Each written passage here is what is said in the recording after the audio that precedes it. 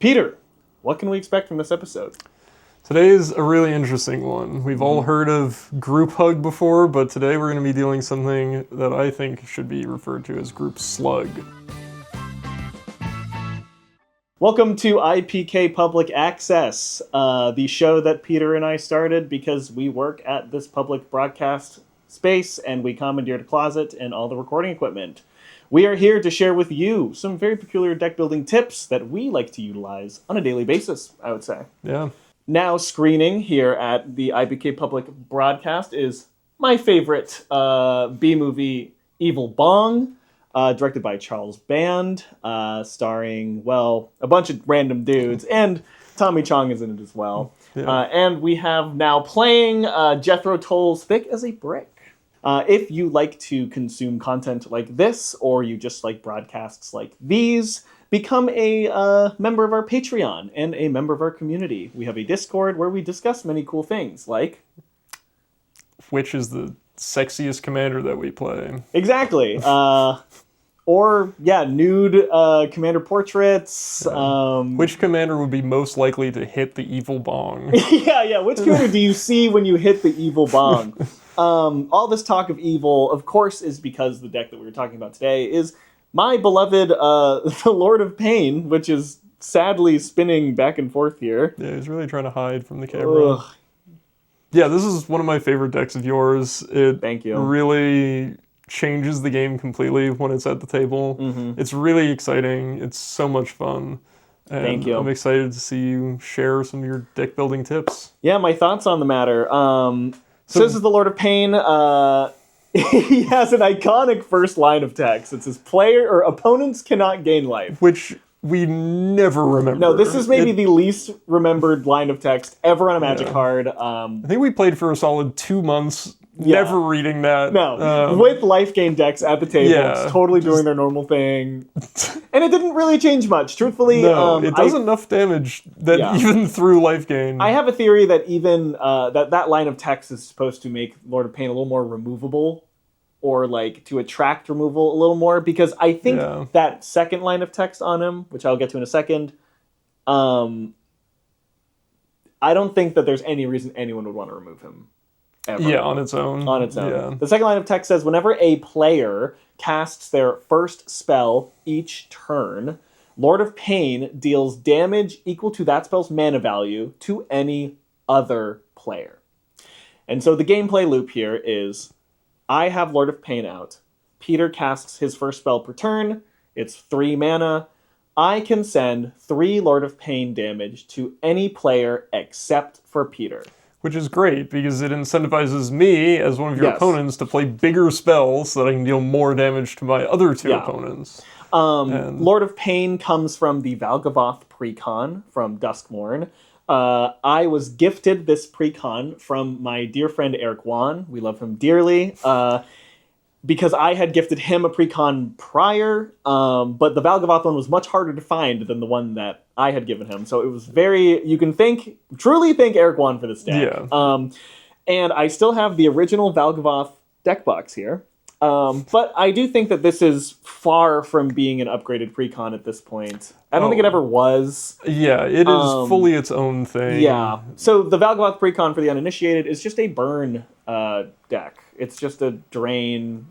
Everything everyone does deals damage to them. Mm-hmm. Enchanter's Bane was printed here. It's kind of my favorite one in there, which is just target artifact deals... Or enchantment. Deals damage equal to its mana value to its controller. Unless they sack it. I just think that card's funny. Very cool. For 2 mana, it's mana. Great. I remember the first time I played it, though, it was the only enchantment on the battlefield for like 5 turns. I just kept hitting myself for 2. But when that green player playing tokens plays their doubling season, and you're just like, well, take 5 on my every turn. Every turn. Yeah. But I basically got the precon. I took everything out of it, all of the drain, all of the things that punish players for doing things, and replaced it with a suite of group hug cards that are meant to incentivize my opponents to cast big spells. Which is interesting, because when you say group hug, normally I'm thinking of Selesnya. You have cards like Flump. Yeah. Like there's just Miss Bumbleflower is a great one that a lot of people Yep. are used to. And then the Kineos and Tiro, True. the gay dads from Classic, Theros. yeah. And these are all group hug cards, or, these are all group hug commanders, really. Yeah. That do a lot of the group hug for the deck. Flump excluded. He's just awesome. The Flump is really cool. Flump is cool, but Glunch, on the other hand. Glunch, that's who I was thinking yeah, of. There we he go. really hands things out. There are a lot of decks that, like, the incentive more is just giving players cards. That's usually the classic group hug. Bumbleflower gets a really bad reputation because it's like, I give you cards, but you're getting way more value from the +1/+1 counters and the flying than any card will ever give a player. I have a Bumbleflower deck, though it's Infect, so it's a little more evil than that. Yeah. But this one is really interesting because it's Rakdos, which is the exact opposite of what most people would think of when you say the words group hug to them. And the Lord of Pain himself is not a group hug card by any means. I mean, he is a card that is triggered by any player doing anything, which I love because it lets me make decisions all game, even if it's not my turn. Yeah. I love just having the opportunity to do that. And it's nice, too, because it's different than what you would expect from like an Izzet deck who's like, oh yeah, I take actions on everyone's turns. And it's like, well, you're taking like 10 minutes on everyone's turn. Like, this one's just someone does something. Super simple, very quick. So the deck is mainly, the theme is to give people mana so that they can cast their bigger spells sooner. That makes sense. The first card I wanted to feature, though, is this Jackson Epstein Artist's Proof Command Tower, gifted to me by my dear friend Spencer Agnew. There it is. Very awesome. Cool. I think that was Christmas of last year or something. So the first suite of cards that I'll show off are the mana doublers. This is Mana Flare, I think, is the most common one that I see. I would love to talk more about Mana Flare later, because I do think this is maybe one of the most powerful group hug cards. Absolutely. It is a insane tempo shift that I think a lot of players don't know how to handle responsibly. Yeah, and it's very easy to get out of control very quickly. The next, Descent into Avernus. I had taken this card out of this deck for a minute, but I realized, truly, this deserves to be in there. It's a drain and mana-providing card. Yeah. It does everything you want. Yeah, everyone should be running this card in all the red decks because it just makes games faster and more fun. And then the final one is Barb Flare Gremlin. This one was printed in the Valgavoth Precon, and he only doubles lands if he is tapped. And he also has an interesting other line. Oh, yeah, and then when anyone taps a land and then gets the double mana, he deals 1 damage to that player. Yeah. So this is the only thing in the deck that punishes players for creating mana, I guess, besides Descent, but like for actively tapping their lands, this is the only thing that is I can't think of a word for it, but punishing them for doing that. I really specifically took out a lot of the stuff that's like, whenever a player casts a spell, it deals damage to them. Whenever they tap lands for mana, it deals 1 damage to them. This is the only one that's not in there because Barbflare Gremlin is more in the hands of someone else. I have to ask a player. I swing with him. He has first strike. He's a 3/2. I swing him out at someone who can easily block and kill him. I ask them, do you want to kill this thing, or do you want double mana at the cost of you losing 1 life? Yeah. And so it is inevitably up to someone else if this thing actually makes it or not. Yeah, and people are usually pretty greedy when they play against this deck. Yeah. So a lot of the times they'll say yes and kind of forget about the fact that they're going to take some damage. Yeah. The last one, real quick, the other cool thing about the design of this card that's great is Barb Flare is the combination of 2 cards. It's Mana Flare and Mana Barbs. Both of them just jammed into 1 creature of all things. Which is Mana Flare is in this deck. Mana Barbs is not, again, because we don't want to punish. We just want to keep things going. The last card in here is Mana Cache. This is maybe the best one in here. I'll read it to you. At the end of each player's turn, put a charge counter on Mana Cache for each untapped land that player controls. So at every end step, if someone has 1 or 2 lands open, you put counters on Mana Cache. And then it has an activated ability that says remove a charge counter from Mana Cache, add 1 colorless mana to your mana pool. Any player may play this ability, but only during his or her turn before the end phase. So during your turn, anyone can remove counters from Mana Cache on their turn. And some people are, this is when you get paid forward. This happens a lot where it's like, you know what, I'll leave some lands open. Next Yeah. player can have it because I use some of it. Or people forget about it. Yeah, and sometimes people, like you said, forget about it and then pass turn with 4 lands Yeah, open. and then 4 mana to the next player. And then the next person, like, suddenly on, like, turn 3 is just, like, dropping these 8 drops. Yeah. And just, like, all of a sudden Which the game is shifts. good. It's Good really for me. fun. So these cards are in there to incentivize players to cast big spells. I'm giving you a fuck ton of mana, so just use it all. I think the trap that a lot of these cards lay, though, is people will just empty their hand when given the opportunity. Kind of at every moment, even if it's not the right move, people are just gonna fucking puke their hand onto the battlefield. Yeah, it's No hard thoughts to given. hold on to things when you know Exactly. that you can play them, and other people are probably going to be playing their whole hand. Exactly. So you'll just fall behind. So the Lord of Pain's game plan is to give people mana so they can cast big spells, and the Lord of Pain deals damage to them. But that's, but then how do I win, right? Yeah. I'm dealing damage slow to everyone. What's on my board? A bunch of mana doublers? That's no good. So the idea is, if everyone's casting their biggest and best stuff, I would like to have a piece of that. Act of aggression here. I can gain control of a creature, and an opponent controls until end of turn. Untap that creature, gains haste. So I can use this to block at instant speed. I can use it to attack. I can do all sorts of things with Act of Aggression. It's also 2 Phyrexian red, so I can pay 3 mana and 4 life, and it'll still deal 5 damage to another player. And it's instant speed, right? Yes, it's instant Which is speed. very rare with these steal effects. Speaking of instant speed steal, we also have Taken for a Ride, or Take for a Ride. This one's a sorcery speed steal spell, except I can cast it as though it had flash, as long as I've committed a crime this turn. Which is interesting, because the crimes are really easy to commit with this deck. And Lord of Pain commits a crime every single turn, unless I target myself with the ability, which I would never do. So those are good cards if someone used their mana to cast a very big creature, or a scary creature. I use it a lot on Mothman, for example. It's true. I have stolen a Mothman and just swung it back at him, Yeah. and he just died. What do you do? It's the only flyer.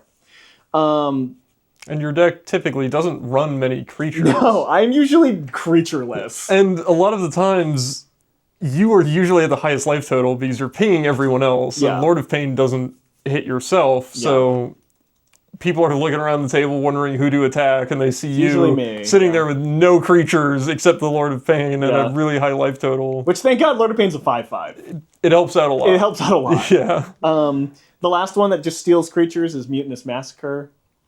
I adore this card. This is a game ender. Choose odd or even, destroy creatures with the chosen one, and then gain control of all the rest. That's just an excellent way to end the game. It's also 7 mana. Yeah. So that's 7 damage to someone with Lord of Pain. And then I steal all the creatures and swing them at someone. Very good card. The rest of these are a little more strange. I guess I'll talk about Vengeful Ancestor here. Whenever he enters or attacks, I go to creature. Again, if someone decided to use all their big mana to make a big creature, I will just goad it, so it doesn't come towards me. And then he also says that whenever a go-to creature attacks, it deals 1 damage to its controller. It's Lord of Pain. Come on. It has to be in there. A little bit of damage. A little bit of damage. Good. The rest of these are more strange ones. Hurl Through Hell. I adore this card. Exile target creature until end of turn. I can cast that card and spend any color of mana. This is great if someone just plays a big creature, sends it at me. I can cast it later. If it's a big mana creature, I then get a really big next Lord of Pain hit. It kind of is, it just fixes everything. It's removal, it's a spell that I can cast, all wrapped up into one. Yeah, it's fantastic. I mean, you just get to 2-for-1 your opponent, and then also Lord of Pain is throwing even more damage around. Oh, exactly, yeah. The instants are very important in this deck. Yeah. It's every player. So if every player casts 1 spell each turn, that's 4 Lord of Pain triggers every single turn. Yeah, and if you have all the doubled mana, you probably only need to play 1 4-drop on your turn, and then you can hold up stuff like this for others. The last one that's creature-based is Backlash. Again, this is a great way to take care of a giant creature. Usually when people get a lot of mana, they're going to cast big creatures. I think that's why most of the steel stuff is dedicated towards creature removal. But this is a 3-mana instant that says, tap target untapped creature. That creature deals damage equal to its power to its controller. Again, Voltron or like a Mothman, or just anything with a ton of counters on it. Just kill them. Yeah. It's very easy. These other two, they're more in the deck, but I couldn't find them. Crabomination. This is an awesome Modern Horizons 3 card here. When it enters the battlefield, target opponent exiles the top card of their library, a card at random from their graveyard, and a card at random from their hand. You may cast a spell from among cards exiled this way without paying its mana cost. So you just get one random thing, you get to play it for free. I've already cast the 6 mana Crabomination, so the damage has been dealt, but getting a free thing again is very nice. Typically, the permanents on my board end up being other people's by the end of the game. And he has Emerge as well, right? He does. So Emerge you can from Artifact. Cast him for a lot less mana sometimes. Yeah, and then still deal the 6 damage because that's his mana value. Yeah. The last one that I have not been able to use, but I would really like to one day, is Reverberate. This is if someone casts a very big instant or sorcery, I can copy it for 2 mana with Reverberate. Yeah, this is really great against the Spellslinger decks. Exactly. They're spending all their mana to pump into a giant, like, X. And they're like, oh yeah, X is 12. And they're like, great. I'll do it too. I'll take one too. Why not? Or just like, like a Last March of the Ents, or like a big game-ending spell that's going to spew every creature from your deck or something. You never know. You get to see so many new spells that no one really casts when everyone gets all the mana they could ask for. Yeah, and funnily enough, it sometimes works as a counter spell when you're protecting your own stuff. Because if someone tries to counter one of your spells, you can just Reverberate and either make a copy of your spell or copy their counter spell to get rid of it. That's really funny. And it's really great for Rakdos. Like, no one expects you to be able to counter their counter. Now, that card is so fucking cool. Yeah. Let's talk about card draw. Yeah, always an important thing. An important feature, though, this deck's group hug is more aimed towards giving people mana, treasures. We didn't talk about a few, actually, I just remembered. But yeah, giving people treasure tokens. That's the important part. Though there are some things that I could not help but put in the deck that do provide card draw. Humble Defector is one of them. This is a pod staple, unfortunately. We play this in most of our red decks. Most red decks get a Humble Defector.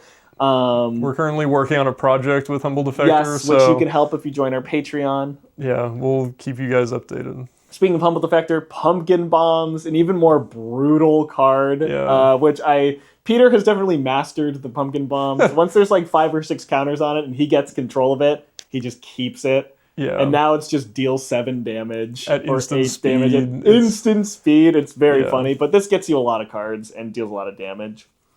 And it's great too because you pass it around the table. And so if you guys aren't aware, like, these cards that you pass around end up just adding so much to the politics of the game. Yeah. No, there's so many instances where it's like, hey, I will send the Humble Defector straight to you if you do something for me, or if you don't attack me or something. Yeah, and the Humble Defector is limited a bit because you can only do it on your turn. Yeah. But the Pumpkin Bombs is great because you don't have that restriction. You can do it whenever you need to. And it deals a ton of damage. Yeah. It's very, we should do a video on Humble Defector. Yeah. Just Humble Defector for 30 minutes. Allure of the Unknown. This is a very themed card to the Lord of Pain. I get to look at the top 6 cards of my library, and an opponent of my choosing gets to pick one of them and cast it for free right then and there. Yeah, it's a risky gambit, but in this deck, it's risky, but it's always pretty worth it. There's very few things in here that I wouldn't want someone else to have. I really don't know what they would hit that I'd be like, damn, like Mutinous Massacre maybe. Or, sure. But like anything in here is going to help everyone else on the table. And they're going to cast for free, and it's going to deal Lord of Pain damage. Yeah. It is a very fun game to play with someone. And then when they've cast the 1 spell from the 6, you get all 5 back into your hand. Yeah. Which is crazy. So just 5 mana, draw 5, and deal some unknown amount of damage to someone. Yeah, I'd say usually it's around like 8 damage total being thrown. Yeah, because it's 5 from the lure, and then at extra least from the 3 other from the other. Yeah. Pretty good. Fan favorite here, Coveted Jewel. Again, we run this card in too many decks. Yeah, it's but great. It draws you 3 when you play it. It encourages people to attack, which Lord of Pain loves when you get people to attack other players. And not me. Yeah. Although someone will have to hit me first, but that's fine. Yeah. I'll take it. And more politics. Yeah. And then the last one is a new one, Parker Luck. This card is stellar. I actually cannot believe how fucking cool this card is. I don't see anyone talk about it. Yeah. At the beginning of your end step, 2 target players each reveal the top card of their library, and then they each lose life equal to the mana value of the other. This is very good in a game like when you're playing Squall, and you mostly have like 2 to 3 mana drops, and mine are all like 5 to 6. We pick each other. I pick you, and then I deal 6 damage to you. You deal 2. Yeah. It's always very worth it. Again, it is a luck game, and it's very fun. You also don't have to target yourself. You can target 2 other players. It was really lovely. It's a very good piece of group hug card draw that I think everyone should be playing. What's left? Oh, yes. There's a lot of stuff in here that helps people cast spells for free. Zoyoa's Justice. I don't know why I always call it Zoyoa's Injustice. It's not what it's called. But this basically removes an artifact or creature from the battlefield as long as it has a mana value. It gets shuffled into the owner's library, and then the owner gets to discover equal to the mana value +1 of that permanent. Yeah. And that means they get to cast a spell for free. And it's an instant. Yeah. Good card. Honestly, great removal for any deck, any red deck. Yeah. It's a Chaos Warp that they'll always hit something, but it being 2 mana at instant speed is really nice. Creative Technique is a 5 mana sorcery with Demonstrate. I genuinely don't know what deck should run this card. It just says shuffle your library, reveal cards from the top until you hit a non-land, and then you just cast it for free. And it has Demonstrate, which means someone else can do it too. Yeah. So in Lord of Pain, I'm always demonstrating this so people get an additional cast trigger. I don't know when you would ever need this card. Yeah, I mean, it's great in any big mana decks. Again, like, same deal with what you were saying. If when you're playing against someone else that's playing a really low-to-the-ground deck, and you're dropping a 6-drop, and then another 6-drop, and they get, like, a 2 mana 2/2, it's, like, very unbalanced. And the last one is Guff Rewrites History. This one I see all the time from you. Yeah, this is my favorite card in the deck. Yeah. This is a card I found. This was so sad. I found this card on like Scryfall or something. I was like, dude, this is the best card for Lord of Pain. There's no way other people have found this tech. And of course, it's on EDH Rag. But I was pretty bummed. This is a pretty rare deck. Pretty rare Lord of Pain deck, I'd say. Basically, this removes a non-enchantment, non-land permanent from everyone's boards, and then everyone exiles cards to the top of their library until they hit a non-land, and then they can cast all of them for free. Yeah. So a lot of effects like this usually just put the permanent onto the battlefield. This one's a cast trigger, which is fucking awesome. Yeah. So then you get essentially 4 Lord of Pain triggers on a turn, and again, it's instant speed. Yeah. So yeah, you can do that right before you untap, and then just have so much more damage to throw around. It's good. The final category here is just I have a bunch of cards in here that care about committing crimes. Yeah. Which is always nice. And Lord of Pain does it every turn. This was something added recently. I've had this deck for a year now. Yeah, a bit over a year, I'd say. I mean, pretty much since this came out, which was... Yeah, it was... 2023? Oh, gosh, I don't remember. No, I think it was 2024. No, I think it was 24, yeah. It was right before... Yeah, so I've had it for about a year. Yeah. But I didn't think to put the commit a crime stuff in until very late. I commit a crime every turn. And most commit a crime abilities only activate once each turn, which is fine, because I'm only going to commit a crime pretty much once each turn. Yeah, as long as Lord of Pain is on the field and someone plays a spell. Yeah, exactly. Yeah. And this is just like, we'll show the cards on screen while we're talking, but it is an instance of like, what is something else that my commander's doing that I'm not thinking of? Yeah. Right? It's like, oh, well, my commander is targeting things or targeting players constantly. And so it just so happens that commit a crime works perfectly. And it's interesting to think about all the other things your commander's doing that aren't the thing that you are necessarily thinking of. Yeah. You look at this and you're like, oh, it's non-combat damage that's being buffed, and you forget, like, oh yeah, but like within the mechanics of the game, this is also a crime. Yeah, exactly. So you might not necessarily connect the dots. Like you said, it took a while before you did. Yeah, but before I realized how good they were. I mean, one of them here, Rattleback Apothecary, this is the craziest one. Whenever I commit a crime, target creature you control gains your choice of menace or lifelink. And so this just gives Lord of Pain lifelink every turn. And so I just gain the life from Lord of Pain's damage. Yeah, which is really scary when you're already going to be so far ahead of everyone else that's in not life total. taking damage. Yeah, and the line of text again, it's only your opponents can't gain life. Yeah, I can gain life all I want. We're all stuck down at the bottom, and you're just climbing higher and higher. And but you know, this deck is really fun and interesting. But that was an issue. Like, I'm gonna deal so much damage to everyone. My life total is gonna be so high, so everyone's gonna target me. It doesn't really happen very often. I mean, people just attack me. My life total goes down with everyone else's. It still ends up being a fairly even game.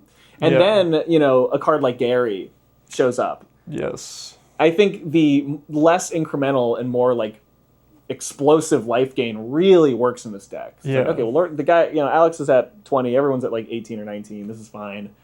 And then the deficit increases like crazy out of nowhere. It's really hard to combat that when you're not ready. Yeah, I mean, even this card that just gives him lifelink when you commit a crime, it's like, in order to remove him, it's going to allow you to commit a crime. Like, even if I'm just casting swords or something, I'm still playing a spell which triggers Lord of Pain, which triggers the crime, and then you gain life. Like, it's hard to get rid of. It's like it's like getting rid of Forced Fruition, for example. And that's what's fun about Lord of Pain is it's a cast trigger.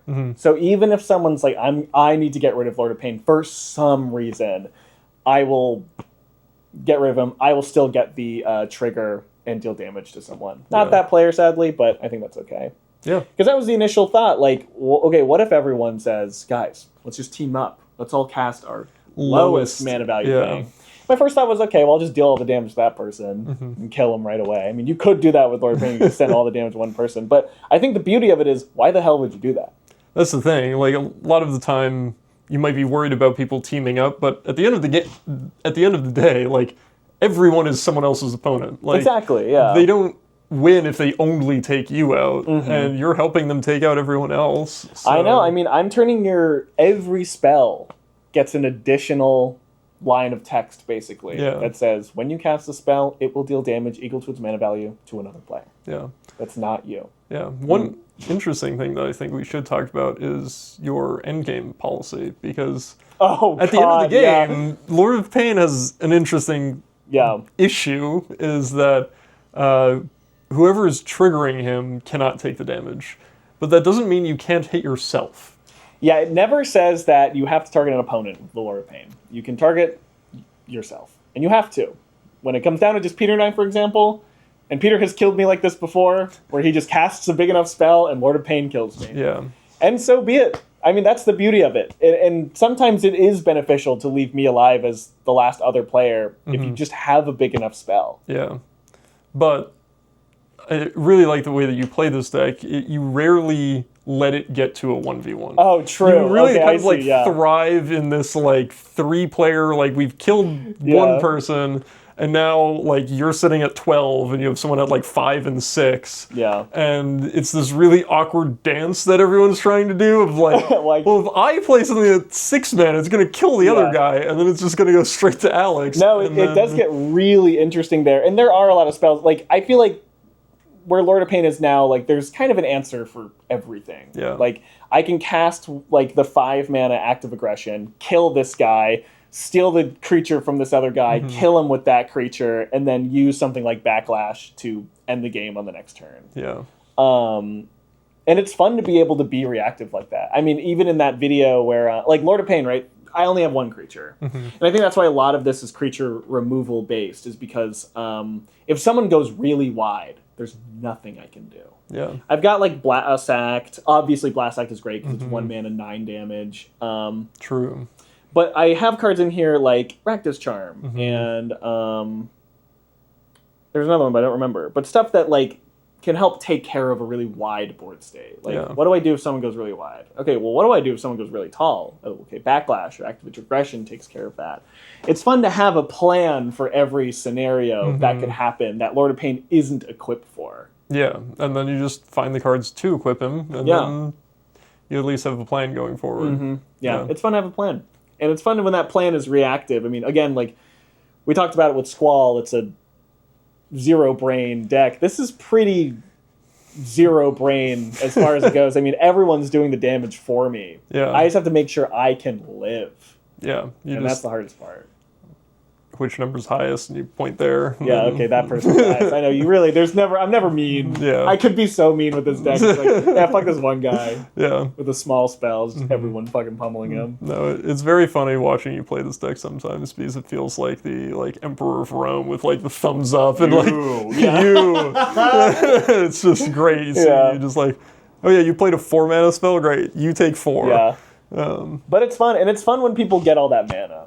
They can cast the big spells that they want to. Yeah. And that's the fun part. And I think a lot of our decks now, Lord of Pain is strictly a group hug deck, but we run a lot of these cards in non-group hug decks. It's true, yeah. And I think it's interesting because, this deck is more of give everyone mana, which means people are lacking in card draw because they're getting too much mana. It ruins their tempo, and now their hand is empty and they don't know what to do. Yeah. Whereas, and then I don't run a lot of card draw that helps you guys. I mean, I kind of do, but I'm hesitant on playing it a lot because it's I don't want everyone to get too many cards. Yeah, and they come with downsides to a certain extent. Humble Defector excluded, but yeah. Well, but the thing with Humble Defector is that you're giving it to everyone, and so it's true. It's not really not as controllable as some other things are. Yeah.